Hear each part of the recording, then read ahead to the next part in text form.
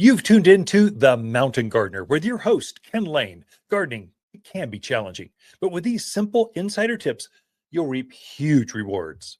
Now, let's tune into today's Mountain Gardener with Ken and Lisa.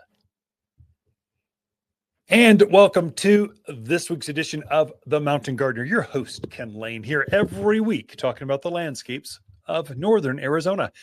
And we are finally, there's basically six different seasons you'll find here in the mountains of Arizona.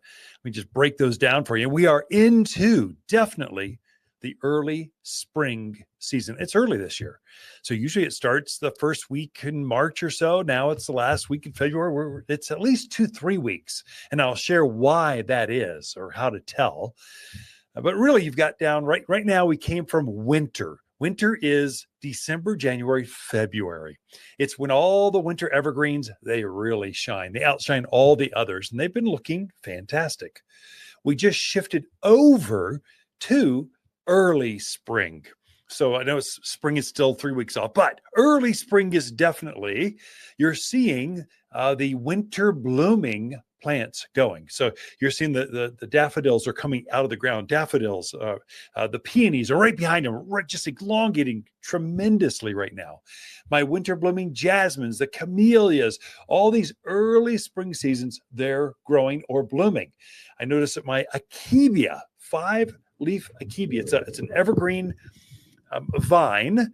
It's a strong, fast growing vine. It's put on already in the last week at least a foot and a half of growth. That's early spring. Early spring is defined by bright days, but chilly nights. It can still be frosty. You can even see a snow every once in a while, but plants are growing. Those early spring plants, they love that. So pansies, they look fantastic right now, and they're actively growing no matter how cold it is at night, or now no matter how much kind of weather event we get. They're going to bloom no matter what. That's early spring.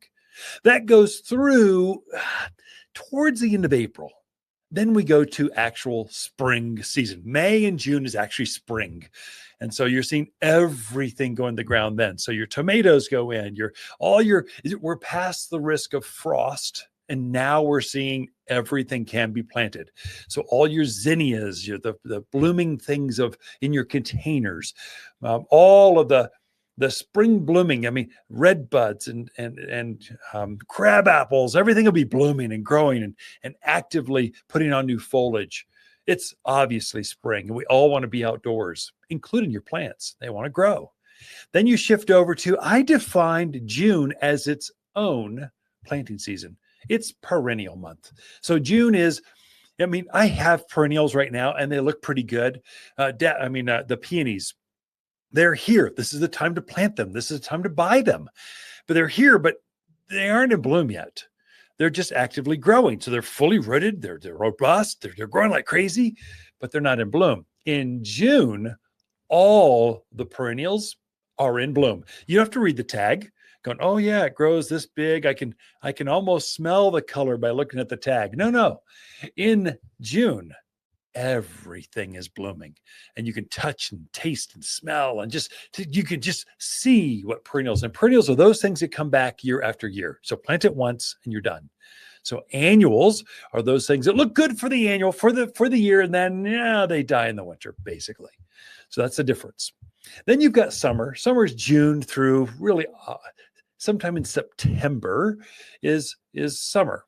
So summer plants are crepe myrtles and the yuccas and agaves. They're growing like crazy. All that heat loving. Oh my gosh, make it hotter, please. I want to grow now.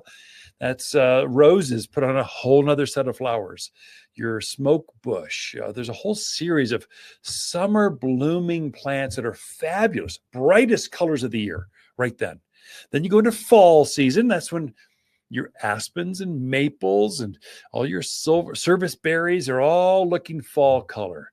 Even your shrubs that were blooming back in the summer and in the spring, they've got fabulous. So your lilacs, they're starting to heavily bud up right now. They'll be in bloom in a few days, but then they go into a nice green shrub, and then they have this great fall color, this aspen gold fall color.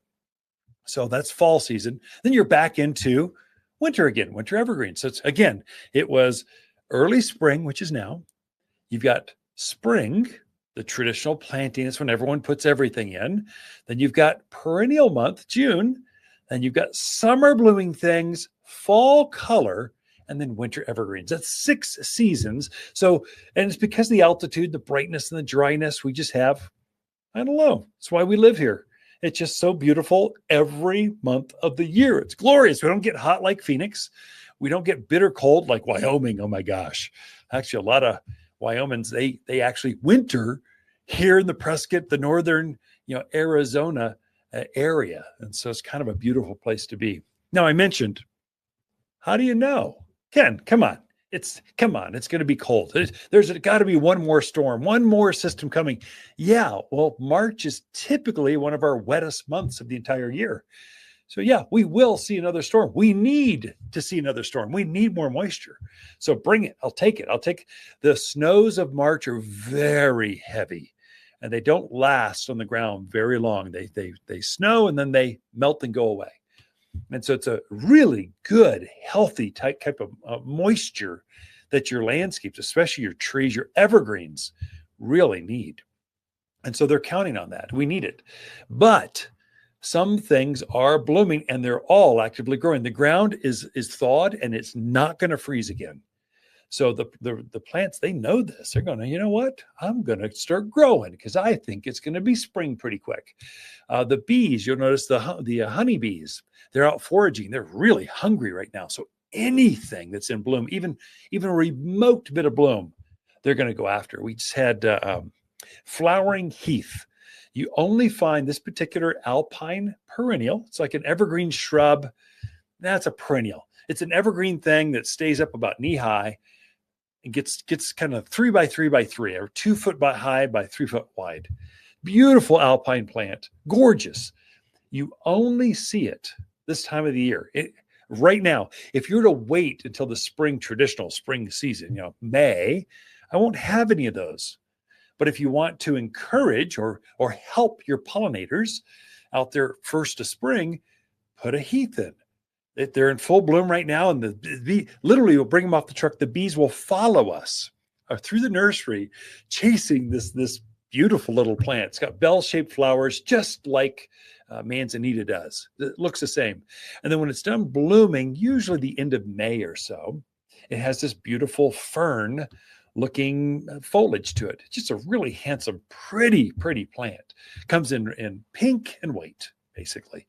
It's a great little plant. You know it's spring when the heath starts to bloom. You know it's spring when the peonies start to elongate from their containers or from the ground. So they're active. They're not blooming yet, but you can see them actively growing. They'll literally grow.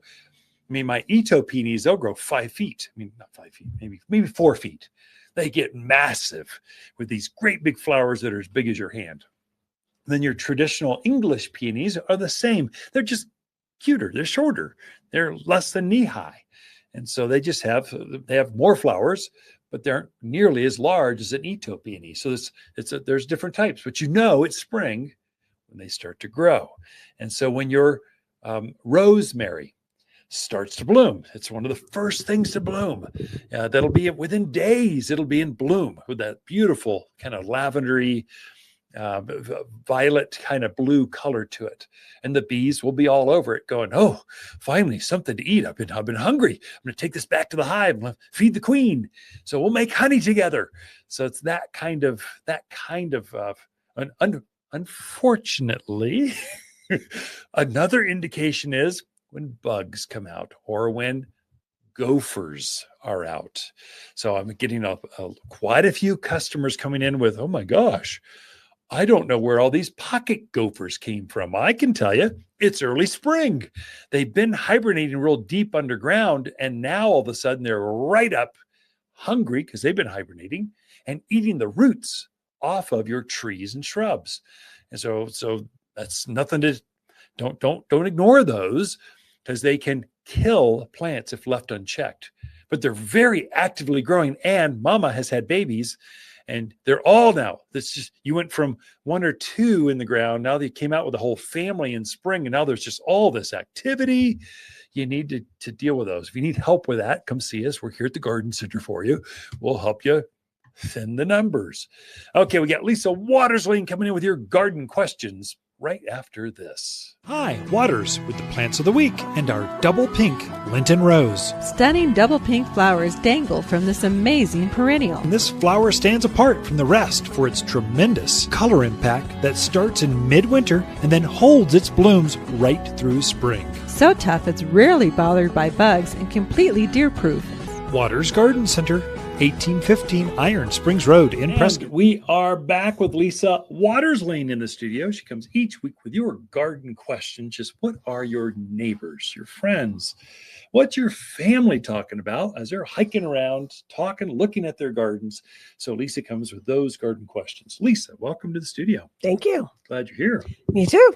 Are you feeling spring in the air, or are you not feeling spring in the air? Definitely feeling spring in the air. It's things are definitely setting their buds. Some things are starting to open. Yeah, so, it's kind of you saw the winter blooming jasmine in the backyard. Yeah, glorious. Yeah. Beautiful. It's always the first thing to bloom, and it is definitely in bloom. And I saw that you have an entire pickup truck full of debris you've been cleaning up. Rake.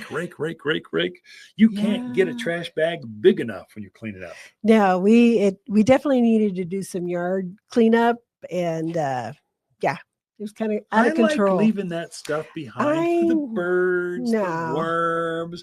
It composts down eventually. It just kind of, I don't like it all clean and neat. It's not sparkling, but at least I can see what's there.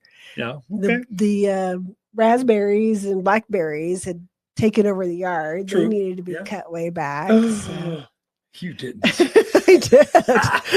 So here, folks, we have a difference of opinion. I love my plants neat and clean and organized, and she likes them wild and taken over. And then I like my soil and ground covers wild and grow, and she likes her soils neat and clean. So between the two of us, we have a good looking yard. We do, but we tend to battle each other periodically on that. Nah. But that's okay. Yep. Yeah. We just have to bring it all upstairs. You know, it's this classic classic half-acre yard cut into the side of the hill. It's overlooking the dells, beautiful vistas, but you got to hike from the top to the bottom of the property. And so when you fill up a trash bag at the bottom, you got to haul that thing all the way up. It takes a bit. I always have to remind myself, because we get these great big huge trash bags, and I'm like, I can put more in there. That's right, you can. And then I go to carry them up the hill, and I can't get them up the hill. Yeah, it looks good. So what are people talking about? What kind of garden questions are we sharing with the listeners tuned in? You betcha. Well, Diana has some empty pots in front of her house, and she's looking for some nice cool season color that she can put in there that will last for a while and just brighten up the front of her house. Yeah, Diana, great question. So it's time. So you're seeing, we probably have maybe a quarter of a greenhouse filled with colorful things, and then a whole bunch of other green stuff. So the things that are blooming right now, that sounds like you're tired of your boring winter looking, you want it to look like spring, and you want to get your hands dirty. We're gardeners. We like doing that. Where are those gloves? Ooh, they're all stiff from last year's dirt. Time to wash them. Time for a new garden hat. The gross stained one is like, maybe it's a new season, new hats, new gloves. So what can you plant? So you've got Linton Rose. What's the botanical on that? Heuchera? No, not Heuchera. No, it's Linton. Linton Rose. Okay, you got that. You've got hellebores. That's the botanical name on that. Jeez. The common name is got to get back into spring mode. There you go. So that's a good evergreen perennial flower, bloom in full bloom. It will bloom for another 2 months. It's crazy, beautiful. Pansies, of course. Violas. Your grandparents called those Johnny Jump Ups. So it's the same plant. Those are good. You've got kale or ornamental cabbages. Stunning. We've got some that are way bigger than your hand. Glorious. I'll fill up a pot like boom, just like that. What else? Snapdragons. They got to be close to 2 feet tall and glorious bloom. That's another one. Stock. Oh yeah, the bees were loving the stock. It's fragrant. It's basically a snapdragon with fragrance. I mean, snaps if you get close enough and you embed your nose into it, maybe there's a fragrance because the color is so bright. I think you envision fragrance, so you think you smell it, but the stock, it smells really good. Yeah, and the great thing about snapdragons and stock is they're both animal resistant. That's right. Yeah. Whereas your pansies and your ornamental kale, not so much. Be careful where you plant them. Yeah. So you want some protection. Oh, we also have some dianthus. Oh, it's another good animal resistant one. And we got the rainbow ascot euphorbias. Oh, very nice. Actually. So Diana, stop asking questions and drive across town and get you to fill up your pot. So you might take a quick measurement. We can help you design it if you want. So we're here for you. Sure. If you're doing containers, a little insider tip, you might want to get a bag of Watters potting soil for containers, because potting soil, it gets old. And so you kind of want to freshen, add some vigor back into those containers, because they've been sitting there all winter. They're going to be dry and crusty and gross, and they're not going to grow much. Some freshness, that top layer, or if it's a small pot, just the whole thing, just put all new fresh soil. You'll be happy that you did that, because your plants will be so much nicer. Anyway, Diana, I hope that helps her out. I think so. Yeah. Another one I thought it would be heath. Oh, of course. Yeah, those are down. We got the white and the pink heath in right now. One heath. It's glorious. Fill the whole pot. Fill the whole pot. They're so beautiful. Right. Pansies, we grew, not pansies, peonies, we grow in the pot. All those perennial looking things. Yeah. So definitely come check it out, because we have a lot of nice stuff in. Okay, our next question is from John. He wants to know about the tree and shrub drench for scale and for board. So his main question is because it's been so dry, do you need to water before that is applied? Yeah. And is now a good time to be putting that out? Yeah. So we are seeing we are definitely seeing scale on the pinyon pines. It is out. It's at least 2 to 3 weeks early. Normally we don't see this until middle of March, and it's way before that. We're starting to see the indication of bark beetle, or Ips beetle. It's a bug that gets underneath the bark. They're flying around right now because it's so nice. It's been warm. They haven't hibernated. They're coming out early and going, hey, I'm kind of hungry. I'm going to go eat me another ponderosa pine. I'm going to take down another pinyon pine, or just your pine trees. Those are two bugs that really like pine trees. Put your tree and shrub drench on your pine trees. It will protect them. You do it once. It should protect the tree for the entire year. It's something you can do yourself. You do not need to be an arborist. You don't need to pay someone $500, $600, $700, $800 to spray your trees. You can do this yourself for under $100. Tree and shrub drench is a systemic, and the plant takes it up and it taints the sap under the bark, the wood underneath the bark. Then it goes out to the structure of the plant and just protects it for the next year. Okay, going back to John's question though, should he water before, or how moist should things be? The plant should be hydrated. In fact, you should have been watering, John, through winter. So I'm guessing if you watered at all, you don't need to add some water. If you haven't done that, because we have seen virtually no moisture since last November, not enough to make any real difference. Yeah, you might need to hydrate that or add some water to it, so the plant is actually taking in moisture and then moving that systemic up the structure of the plant. That's what you want. If you're seeing bark beetle, if you're seeing scale, it's probably because the plant was dry and now it's an easy target. And so you're seeing this activity on plants because it's been so dry. It's unique. So you should water your landscape a couple times a month until they leaf out or bloom in spring. That's your cue. Once they put leaves or flower, that's when you go, oh, time to turn the irrigation system on. That's usually the end of March, April, somewhere in there. But until then, you should be watering a deep soak, especially things that are fairly new in the landscape. They were just put in last year. They have a smaller root structures. They're more dependent on you because they aren't fully established. If you got a great big old spruce tree out there, yeah, it'd probably take it, just be fine. Would it be more beautiful if you'd watered it a little bit?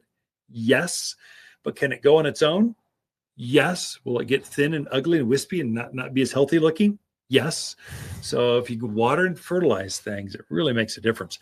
If you're seeing scale and bark beetle, Also, while you're putting the tree and shrub food on, at the same time, fertilize those plants. Put the 744 all-purpose plant food on those.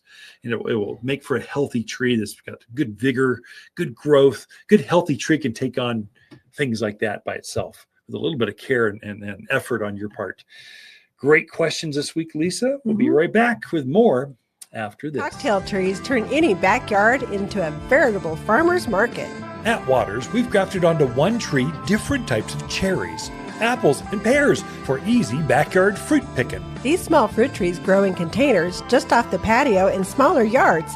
Anyone can grow a fruit cocktail tree. You'll find braided cocktail trees with multiple fruits beautifully braided into one tree. Fruit cocktail trees are ready to plant at Watters Garden Center in Prescott and wattersgardencenter.com. So we are in the early spring planting season. This is the time. We just sold a record number of fruit trees. We had a fruit tree drop, 3 weeks ago? So literally, I don't know, 30 or 40 of them just online, and then another 30 or 40 in the store. It's time to put fruit trees in the ground. It's time to start putting your flowering early spring plants, red buds and crab apples and service berries and all those early spring bloomers. They announce that spring is here. You want to put those in the ground before they wake up. So they're heavily budded. In fact, we had to bring all the fruit trees out of the greenhouse. We had them in there for the comfort of gardeners so they could shop them easily, no matter the weather or wind. But they were starting to get tricked into blooming. The apricots were starting to bloom. I went, okay, doesn't matter. Gardeners have to go shop for them out there in the tree racks, no matter the weather, because we need to slow these things down. So it's right there. The buds are gigantic. The flower buds are gigantic on the fruit trees. The leaf buds are right behind that. Those are huge as well. And so you really do, you should feel the urgency right now to start planting your early spring blooming trees and shrubs mainly. So you can hold off on flowers because they grow so fast. You can wait, but you only get one shot at trees. They grow generally in the spring, and then they can grow a little bit more, but basically they grow in the spring. And if you wait to plant those until they're leafed out or until they're blooming, you have more chance of what we call transplant shock. So these tender new leaves are exposed to dry, windy, cold, extreme climates of early spring here in the mountains, and they can literally freak out. They just go, oh my gosh, what is going on? And so they tend to shrivel, the leaves get smaller, but if you put them in the ground, they kind of wake up there. And what happens with plants, this is all plants, but when they start to bloom or leaf early spring, right afterwards, almost immediately as they leaf out, they start to root, just like bump, just they leaf, then they root. And so you want to take advantage of every single inch or centimeter of that you can to maximize your root formation, especially before the heat of summer. So the more roots, even a little bit extra roots, makes a big difference on how those plants react in the summer, basically July, August. And then if you're even hoping to have fruit, you need to put those in the ground now. And so fruit trees typically need to be 5 to 7 years old. They really need to be about 5 years old before they're old enough to start to actually set fruit. Before that, they'll flower, but they really don't have a root structure. There's the trunk is not thick enough to really hold up fruit. So you really shouldn't let them fruit until they're older. Once they're about 5 years old, they get enough roots, they're strong enough, they got the scaffolding or the structure that trees are famous for holding all that weight, then you let them load up. Well, all the trees we have here at Watters Garden Center, they're all at least that old or older. Some of them are 10, 15 years old, the big ones. And so those are, if you plant one of those right now, they'll actually fruit for you right there in the ground this year. No waiting. Right now, we'll be picking fruit in July. Here we go. I'm going to have plums. They're going to melt in my mouth. They're going to be so good. And so, or apples or pears or cherries or nectarines or cherry. I mean, you can plant those now. And so it's important. I would say also it's time to really get your soils ready. mean, you're really days away before you can start putting garlics and potatoes and your pansies and all these early kales, snapdragons. I've got the most beautiful snapdragons you've seen. They're glorious in full bloom. You can plant those as soon as your soil is ready. So if you're thinking about adding some potting soil to your raised beds, do it now. If you're thinking about amending your vegetable soils with manures or another 2 to 3 inch layer of composted material, I'm just quoting the material, the book to you, 2 to 3 inch material tilled down to 1 or turned over 1 shovel's depth into the soil before planting. That's what you need to do. And you should feel the urgency because let's face it, it's basically March is planting season. It's time to go. Just stop stalling. Get out there. Put that coffee cup. Don't bake any more cookies. It's time to be outside in the fresh air and just cleaning up, kind of getting things ready, getting the soil prepped, and then starting to plant those trees and shrubs. Really important to get the lilacs, the forsythia, flowering quince, all these early spring bloomers. You can put those in the ground now. And I sell most of them when they're in full bloom. We just put them on end caps, and then every cart will have one because they smell so good. But to my friends, you're tuned in, plant them before they're in bloom so they don't drop their flowers. They keep blooming longer because they wake up in the yard going, oh, I don't remember this, but yeah, I'll just bloom here. This feels pretty good. I'll just go for it. And so that's when you start to do that. So anyway, it's time. That's how you tell when it's spring and what to plant now. Back with more right after this. Watters Garden Companions of February are peony, Calgary carpet juniper, pinyon pines, and lily of the valley. Lily of the Valley is a gorgeous shrub that loves growing in the summer shade. This bold evergreen delights with dramatic, fiery growth in spring. Fragrant wedding cake layers of white flowers hover on graceful arching stems. Each dainty flower is utterly detestable to deer and javelina. Shop the most perennial shrubs in Prescott by store or online at wattersgardencenter.com. And back in the studio is Lisa Watters Lain. What you doing? Your nose is in the flowers? What's going on here? It smelled good. You know, the camera's capturing all that. So I just, you don't think of pansies having a fragrance, but they actually do. Very do. fragrant. Yeah. So I was like, what was that smell? So Lisa comes and just shares her segment. The entire studio does smell of pansy.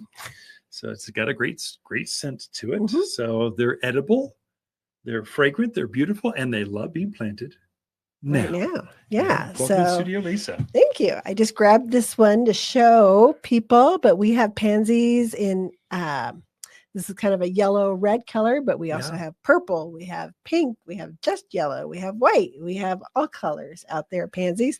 And we also have violets, the little Johnny jump ups, which have the two tones to them, which are real pretty. Cute ones. Yeah. The cousins. Snapdragon. It's just that time of year and the weather's been beautiful. So it's a really good time to put those flowers in and brighten up your house and so share with folks if they come in and they say this weekend they would do some gardening. If they've been pent up for 3 months, now they want to go out in the gardens and plant some things, or their containers are looking terrible, just dead twigs in there, and they plant. Do people need to be worried if we get another snow or another cold front or do they have to be worried about these plants? The plants that we have in now, the pansies, snapdragons, violas, they like the cool weather. They do, yeah. And pansies actually can take snow sitting right on top of them and they're perfectly fine. If you're really worried, you could throw some frost cloth over them if you're really worried about the blossoms. But now is the time to be putting these guys in. They like that cool season, and now's get them in so you can enjoy them. Now, I find people make a mistake. Newbies make a mistake. So we planted our pansies last October so we can enjoy the color right through winter. And they've been in solid bloom right out there in the yard. Never even thought about not being out of bloom. Right. And so a lot of folks new to the area see that and they're going, oh, those have been so pretty. I want to go to the nursery. I'm going to go down to Watters. I'm going to get some pansies. And they're coming the end of April, 1st of May, and they get the very, very last crop of pansies. They put them in the ground and they'll bloom for beautifully, I mean, magnificently for a month. But sometime in June, they don't like the heat. No. So once it gets up to 92, 95, I don't care how much you water them. They're going to lay over and they're going to just go, I am so hot. And they just die like one afternoon. Boom. They're bloom in the morning, dead, like brown in the afternoon. And they get discouraged.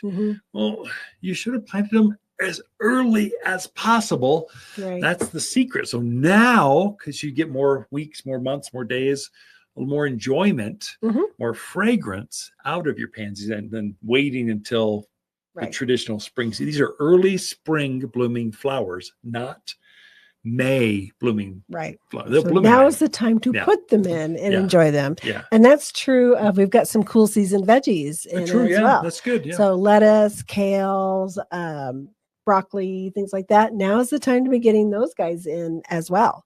I would say herbs.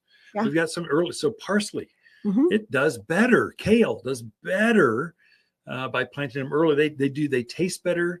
The lettuces, the spinaches taste better when you get cool nights. It kind of makes them real sweet. Once we get closer into spring and they start to bolt and they elongate, they get an off flavor, and they're not near. They're maybe as healthy, but you want them to taste good and be healthy for you, not gross taste anyway. Yeah. So definitely time to get out, and what beautiful weather to come out to the garden center and take a look and see what's out there. What's fun is to see. So we get bored. It's winter. It'll be 32 today. Yay. It's not very pleasant out. But to see the weather turn and all the gardeners coming back, your friends are in. Yeah. Even if they're not buying, they're in going, I just had to come see. You hear that all the time. I just had to come see what's new. And they're just poking around. They usually will take one little thing home with them. Right. But they can't resist. They're strategizing. What am I going to do this spring? So anyway. Yeah, it's kind of fun. Nice to see them come in. We also got in huge truckload today. Yeah, I know. I'm tired. I helped unload the truck, but some really, really nice spring blooming trees. Yeah. And now is the time to be putting those in the ground so that they bloom in your yard and you get to enjoy the blooms off of them this year. So we got some great Oklahoma red buds in a few different sizes. That's that tree that has that bright pink blossom. It's another fragrant tree, an edible tree. So red buds are beautiful. We got the Oklahoma, and we also got some Merlots, which has Oklahomas have a really nice green leaf to them, and the Merlot has more of a burgundy leaf to it. But they both bloom that really bright pink blossom. Yeah. So a lot of nice ones of those in all different sizes. We got the KV plum in, which is another it's a good standard tree for here. It is tough as nails. What's the Latin name on that? Crowder Vesuvius. Yeah, that's it. Something. Crowder, I always call it Vesuvius, but I don't think that's what we just call it KV. That's good enough. So don't even try. So that has that lighter pink blossom, but it blooms and then it puts on more of a burgundy leaf. Yeah. So it's a nice tree to mix into our yard where maybe you have a lot of just green stuff. Or blue. Just nothing but blue, like oaks. Yeah. Like scrub oaks. So it's really nice contrast with things out there. Lots of really cool crab apples. 2 new ones that we got in. One, they call it ivory spear, and the other one's raspberry spear. But they are probably going to get 18, 20 foot tall. But if you don't have enough space for a wide one, these get about 7 and 8 feet wide. Oh, perfect for so patio. Oh my gosh. Yeah. That side yard is so tight sometimes. Right. Where you don't want it going over under your neighbor. But really cool trees. They look fabulous. Look fun to try. I can't wait to see that. I haven't seen them. I'm not familiar with that. Yeah. So one has a white blossom. The other has that dark pink blossom. I want it to be purple, orange. I want a crab apple with orange flowers. They glows in the dark. That blooms year round. No, not yet. We're still waiting for that one. But we did get the other crab. We got some prairie fires in. We got some perfect purple crab apples in. And crab apples are that's another tree that it's old fashioned. But really, it's old fashioned Your grandparents planted it for a reason because it was so easy to care for. Right. The brightest of all the spring blooming trees. Mhm. And the new varieties have just these tiny, cutest little crab Tiny. apples that are just so cute. The They're itty robins bitty, just but the love to birds eat love 'em. them. Yeah. So if you're Yeah. planting for the birds, those are great. Kwanzaa cherries, which Oh, is an pretty. ornamental cherry. A couple of really nice sizes of those in. What else did we get? We got some more 4-in-1 apples Oh, and we some ran out last 4-in-1 week. pears. Yeah. Yeah. So we and Good. 3-in-1 cherries. Okay. Really nice quality, nice beefy trunks, look really good. Aspen. Oh, We got our good. first Yeah. load of aspen in. What else did we get? Let me think. It's Oh, the autumn trees blaze are here. maples. Oh, yeah. Big ones, I hope. We need some Yes, big ones. we got some big ones. We got That's some right. birch in as well. Some nice Jack Monte birch, which has that real white bark to it that people love. Yeah. So some really cool stuff to come in and check out. So we had a plant drop. So we let folks see what was coming last week or the week before.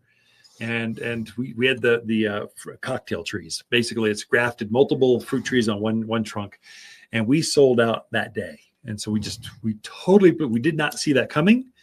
And so people are going, there's pent up demand. So we found some more. So if you were part of that, sorry, we're trying to let folks jump to the front of the line and grab them early. They did. More so than we thought. This week it's peonies. So we got some funky new, just really cool. You'll be the only one in the area that has this peony flower. Your grandparents dreamed of having this.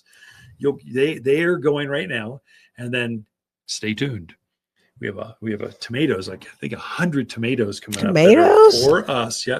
You can pre-order them, I think the first week in March. And then they'll show up, I think, the first week in April. I don't know the timing. Don't quote me on that.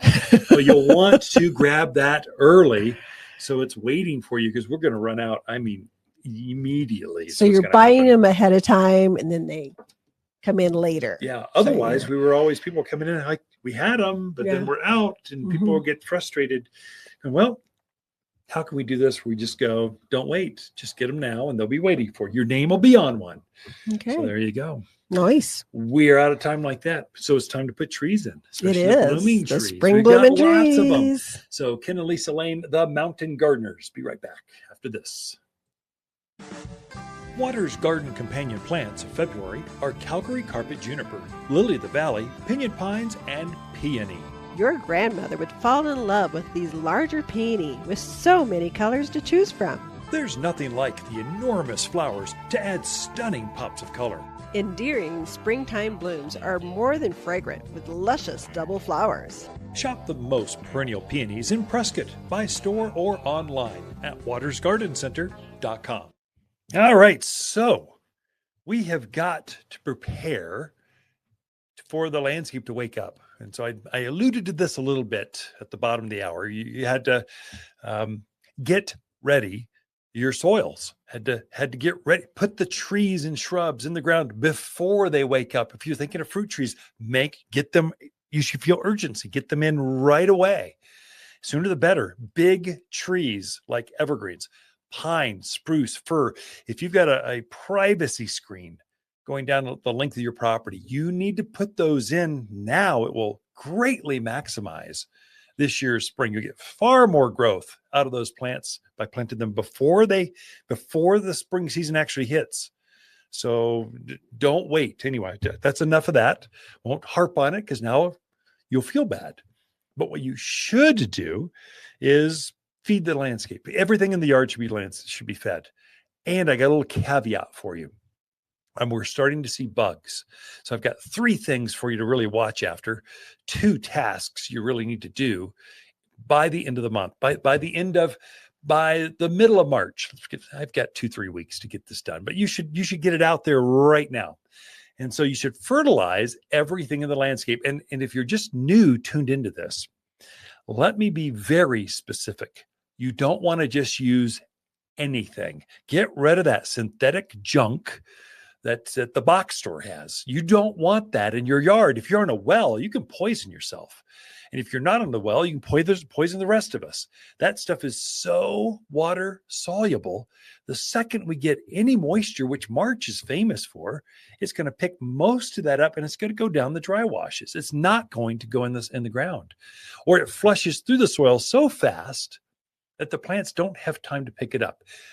You're really, if you're tuned in the mountains of Arizona, you need to be using organic or all natural plant foods, which can be difficult to figure out. I get it. It's like this weird mix of bone meals and blood meals and feather meals and cottonseed meals. What do I do with this stuff? I just want good old fashioned synthetic, like petroleum based fertilizer. Give me some sort of steroid thing.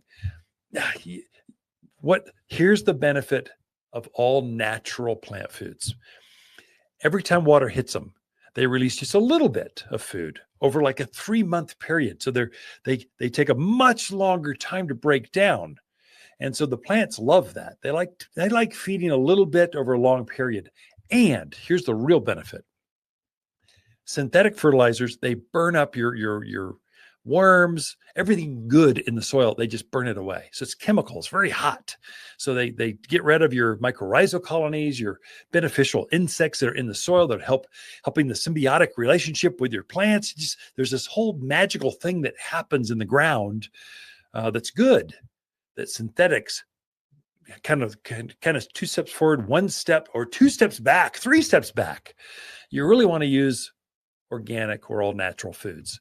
Now, all of a sudden, you're fertilizing the plant and the good stuff in the soil too. Your worms will feed off of this cottonseed meal and bird guanos and this good stuff that's in this bag. And we've made it simple for you. It's all pelletized. It's dry mix, pre-mix. You don't have to mix anything up yourself. We did all the math, all the mixing, we curated all the elements. So just spread it. A bag will cover 2,000 square feet. We've made it so easy. Spread it over top of the rock. It will just go, don't have to work it in the soil. It will go through the rock, go through the fabric, go through the ground, and just magically become available to the plant. What you can do is get it on the landscape. And we're talking almost the entire yard. So a tree, you're going to do the entire drip system, as we call it. So if you're standing straight and you hold your hands straight out, so your trunk is your body, and then that outer branch, that's the drip line, your outer arms, that far reaching, that's where the drip line is. And the most important roots of that plant are at the farthest edges of that plant, or the farthest edge of the drip line. That's where you want to focus your fertilizer, because that's where the fine root hairs are. Up close to real close to the trunk at the base of this shrub are big anchoring roots. They're great big chubby barky roots. They can't take in water and they can't take in food. They just simply hold the plant upright in a windstorm. Your feeder roots are further out. So focus your fertilizing out there. That's a mistake I find rookies make. They got this 5-year-old tree.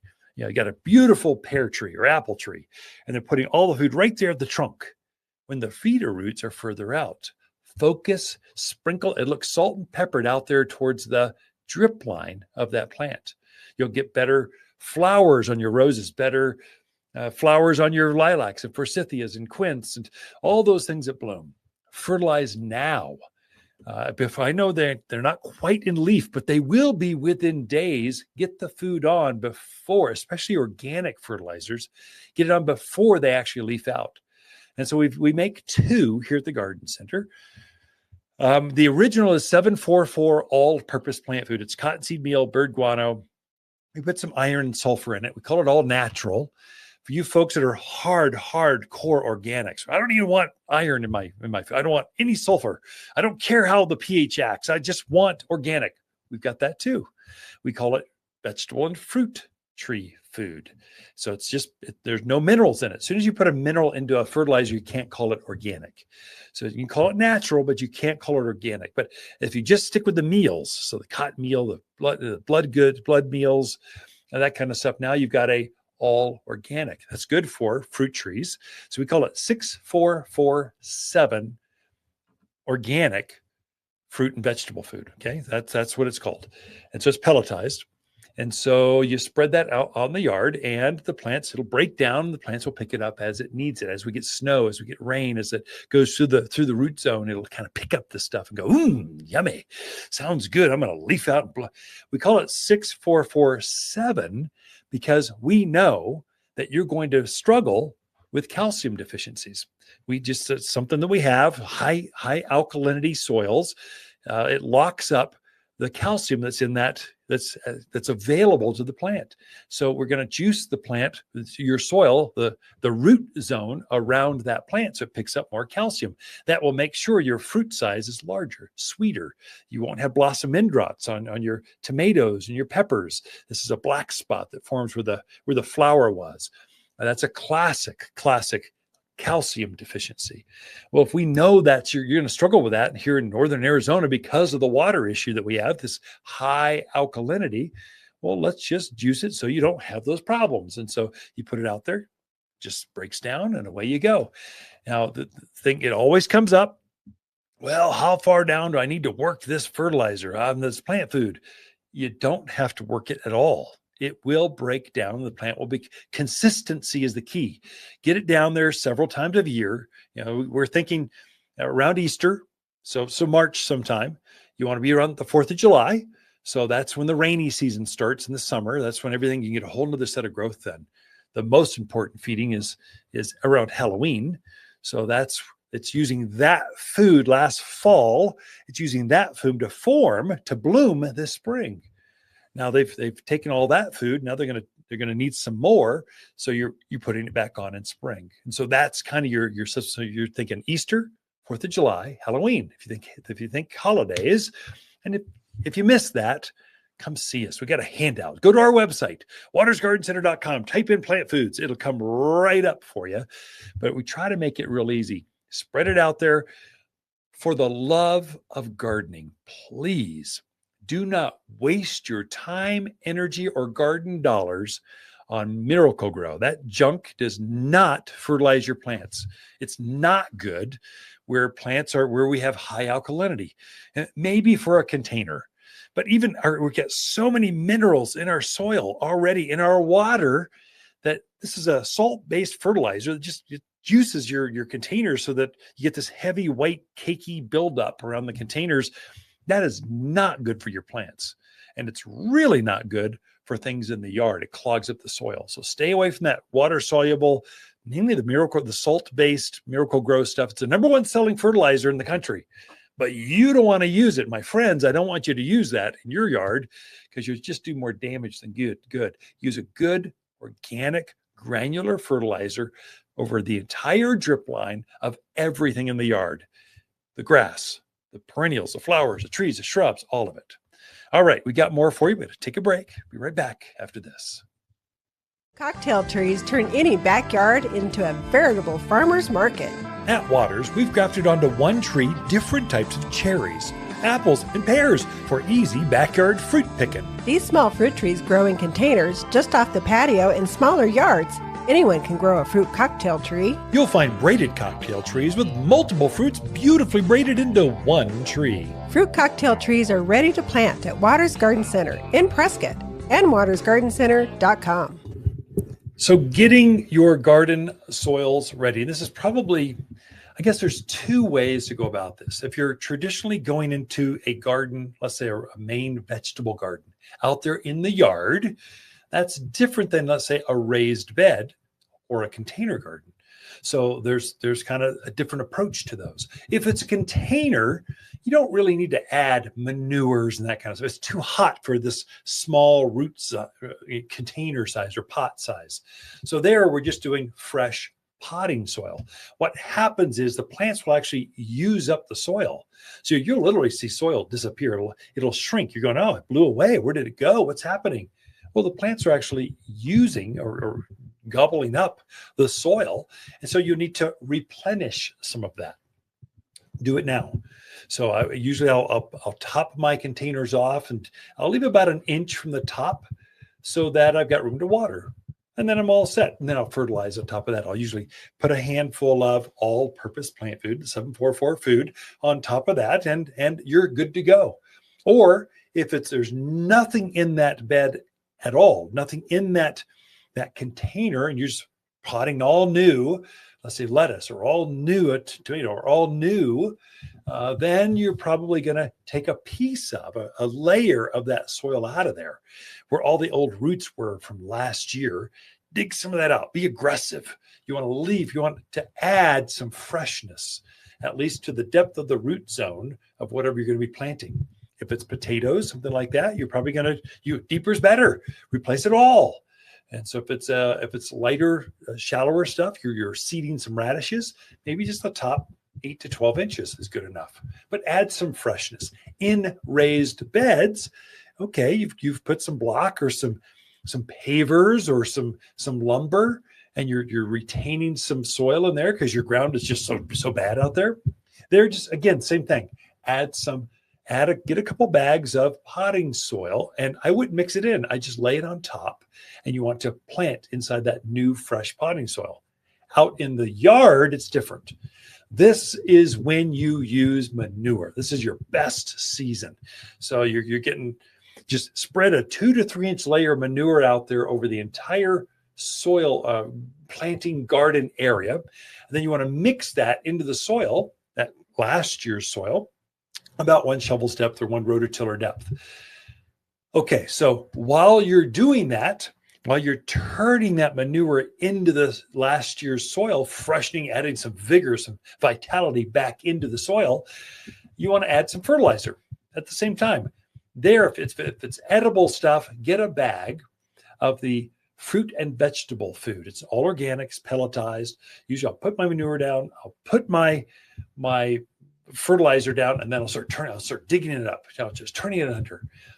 If you run into some old roots from last year, dig those things out. If the trees are growing into this area, dig that stuff out. Roots are not good. Things that are not composted already are not good. You want to compost those off to the side and then reintroduce them back in the gardens as they have composted together this rich, chocolatey kind of coffee ground looking dark, rich mocha color to it. So if they haven't broken down yet, they'll take fertilizer to help themselves break down right there in the garden soil. So they'll take it from the plants and use it for itself. You don't want that. You want all that food available for your potatoes, for your lettuce, your kales, your cabbages, all that early spring planting, for your radishes. So that's kind of how you get garden soils ready for the yard. And we've got all that stuff ready for you. And for the love of gardening, don't use gross, disgusting manure. We've deodorized all of ours so it doesn't stink so bad. Use that instead for your gardens. Here at Watters Garden Center. Watters Garden companion plants of February are Calgary carpet juniper, lily of the valley, pinyon pines, and peony. Your grandmother would fall in love with these larger peony with so many colors to choose from. There's nothing like the enormous flowers to add stunning pops of color. Endearing springtime blooms are more than fragrant with luscious double flowers. Shop the most perennial peonies in Prescott by store or online at wattersgardencenter.com. For a more fruitful garden, increase success in the landscape that just feels better, then tune in daily to the Mountain Gardener podcast. Subscribe through your favorite podcast streamer or visit wattersgardencenter.com. Better yet, visit me directly right here at Watters Garden Center. Thanks for tuning in.